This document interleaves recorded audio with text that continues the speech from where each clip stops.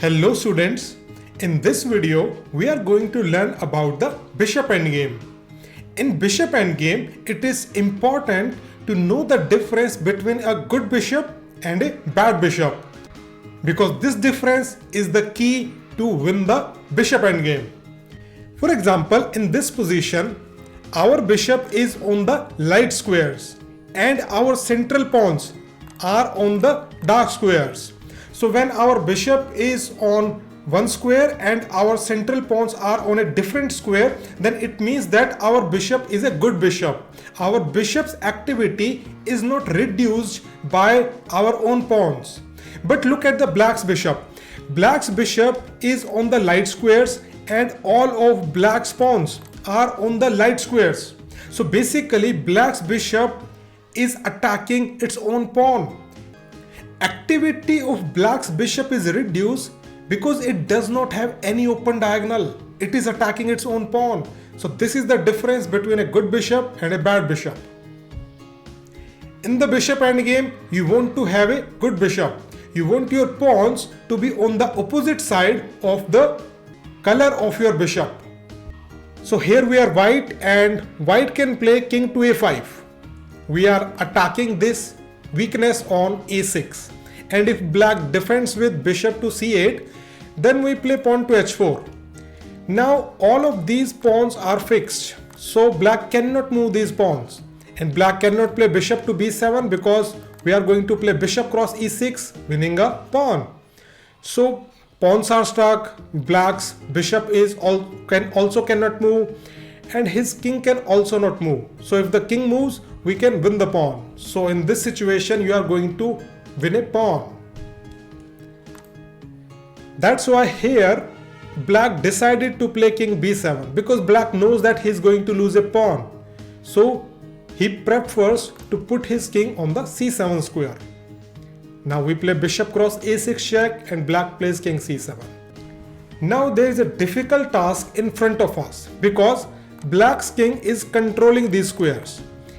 So our king cannot penetrate in opponent's area. And if we cannot penetrate in opponent's area, then we cannot make any progress. So first we start with bishop c4. King goes to b7.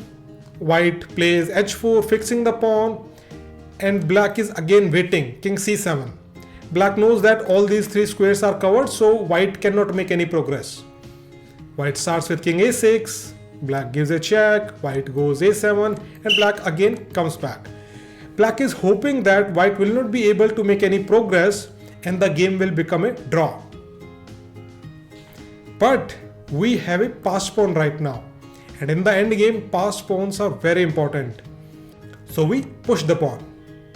Black again plays bishop c8. After a5, bishop to d7. And now white plays bishop a6. You will see why black played this move. And now black is forced to play bishop e8 because black does not want to move his king. Otherwise, white will play king b6. So black wants to move his bishop. And now, how do you make progress? And the answer is, white plays bishop c8. White sacrifices the whole bishop. Why? The reason is, when black takes it, white will play king b6. Now white's king is active and he is ready to make a queen. So black will play king b8. Now you push the pawn, king goes to a8. And black plays king c7. Now white's king has managed to penetrate in the opponent's area. Yes, we are a bishop down and most likely we are going to lose this pawn also, but it does not matter. Our king is so active that we are going to win the game. Black plays king a7. Now we attack it and the bishop has only one square to go, f7. We attack it again and again bishop has only one square. We attack it again. Bishop can only go to h7. We attack it again and now the bishop is trapped. So when white sacrificed his bishop, white knew that white is going to regain the pawn. When white sacrificed his bishop, he knew that he is going to regain the bishop. That's why he sacrificed his bishop. Black plays king cross a6 and you take the bishop. Material is equal, but your king is near the opponent's pawn, that's why you will win the game. Black plays king b5, king cross g6, king cross e5, king cross h5. Black plays king d4, you play king g6. Now both sides will try to make a queen. c5, h5, c4, h6, c3, h7, c2, you make a queen, opponent makes a queen. Both sides gets a queen. And now you can win the game easily.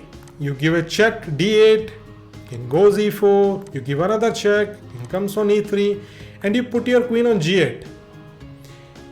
Now king and queen both will attack the e6 pawn, so black is going to lose the e6 pawn, and once the e6 pawn falls, you will also win the f5 pawn. So you will have 3 passed pawns, and with 3 passed pawns you can easily win the endgame.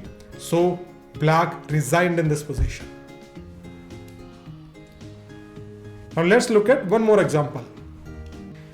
In this position we are white, and look at the pawn structure.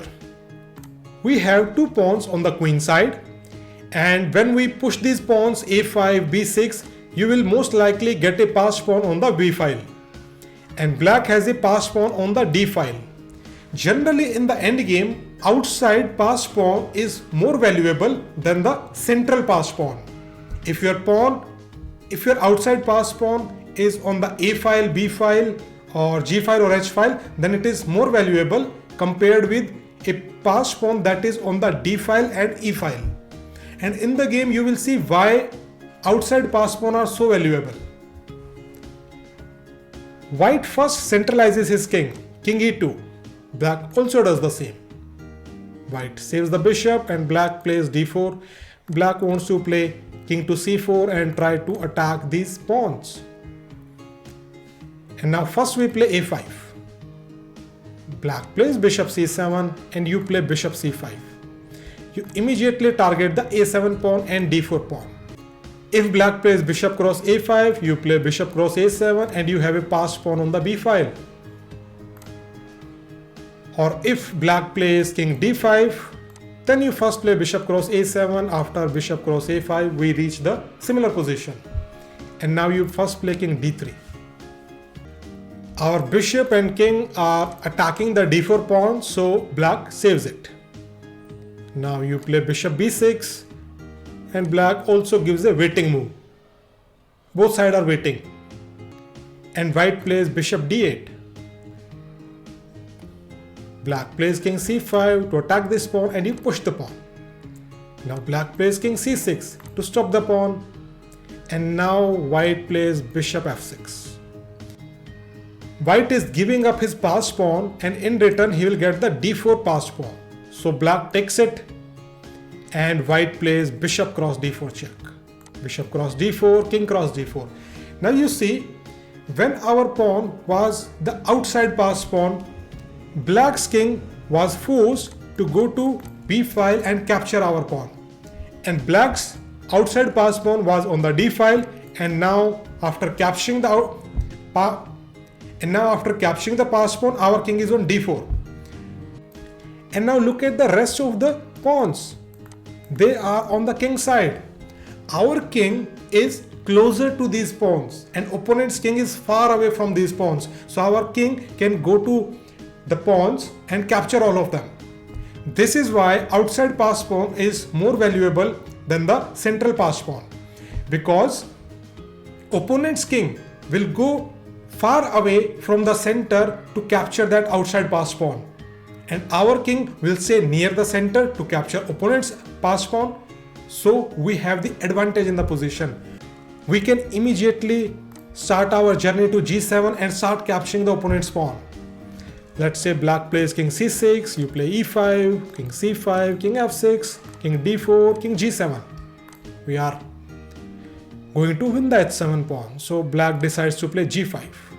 We capture it. Black plays king e4, king g6, g4, king g5. And we have an extra pawn, so we are going to win the game. Black plays king e5, and now it is time for you to make a passed pawn on the h file. You play h3, g cross h3, g cross h3. You have the passed pawn on the h file. King e6, king g6, and king e5. Now you simply start pushing the pawn. h4, king f4, h5, king g4, h6. Black plays f4, h7, king f3, and you make a queen. With an extra queen, it is easy to win the game. So in bishop endgame, remember the difference between the active bishop and a passive bishop. And your overall general plan will still be the same. You will try to create a passed pawn, then you will try to promote that passed pawn into a queen, and then you can easily win the game. That's it for this video.